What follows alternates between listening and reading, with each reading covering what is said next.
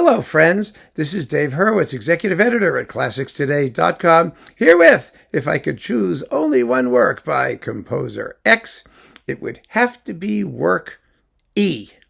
Well, composer X, in this case, is Igor Stravinsky. And boy, have we had suggestions for Stravinsky.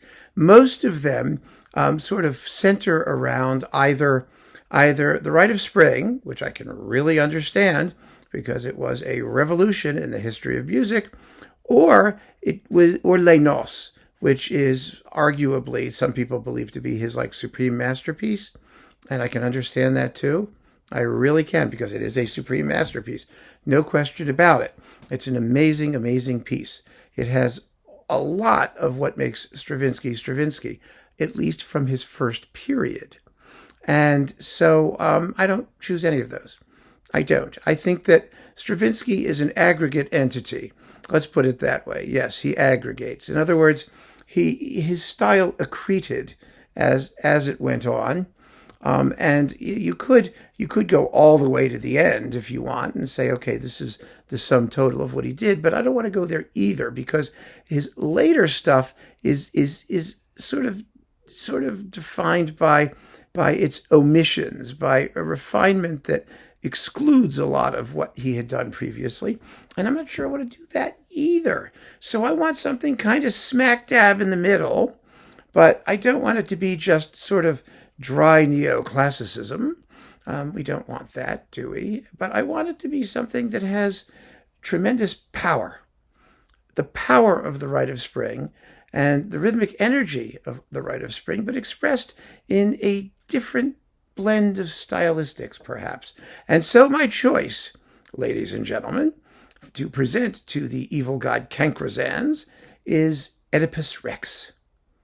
Now, Oedipus Rex is also a screaming masterpiece. I think it's one of the great works of genius of the 20th century. I mean, just the way that it's set up.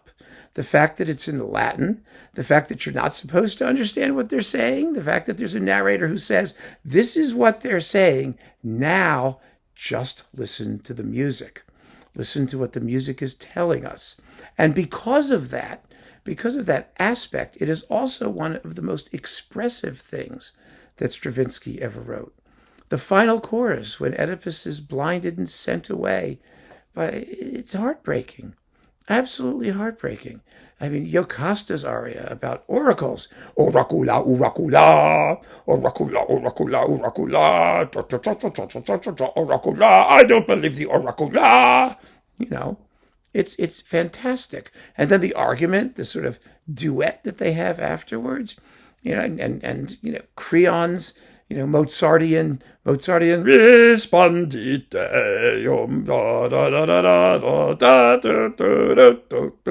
I mean, an Oedipus who basically does nothing but whine and complain the whole time. It's fabulous.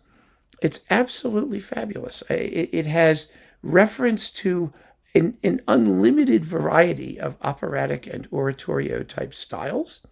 It has remarkable tunes. It really does. It has just great tunes. And most of them are, even though some of them are pastiche, they're original Stravinsky. It wasn't like his earlier stuff where he's borrowing all over the place from folk music and whatnot.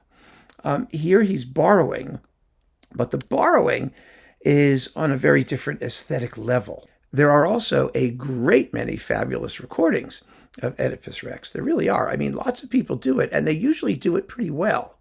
It's kind of remarkable that way.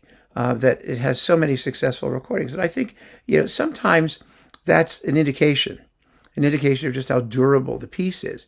When a composer writes something that it's virtually unkillable. I mean, yes, you can kill it. You can get shaky, quavery, awful voices. That's true. And sometimes that happens. It's true.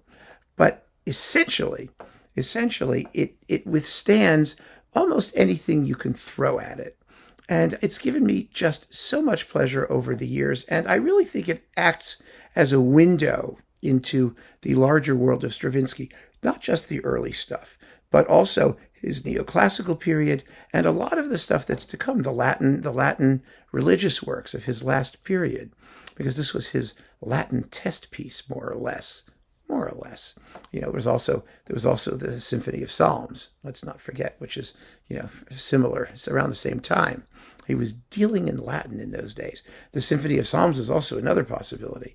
But I just think Oedipus Rex has a humanity to it that so much of Stravinsky often lacks. And I think humanity is one of those things that will persuade cancresans that we really need to hear more of Stravinsky, that the guy really had substance, that despite his bullshit stylistics about music expresses nothing, and my music expresses nothing, and you should play it like it's nothing, and all of that foolishness, it really does. It really goes to the heart of a very, very human tragedy and does it in a completely original and wonderful way. And so I want to give this to cancresans and say, look, listen to this and think of all of the other fables, stories, myths, the way that Stravinsky reinterpreted our musical tradition, which is really what he did.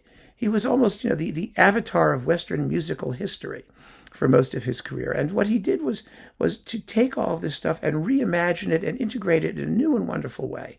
And nothing does that more powerfully, I think, than Oedipus Rex, although he does it in many other works too. And so that's the pick, my friends. Keep on listening. Thank you so much for joining me. Take care.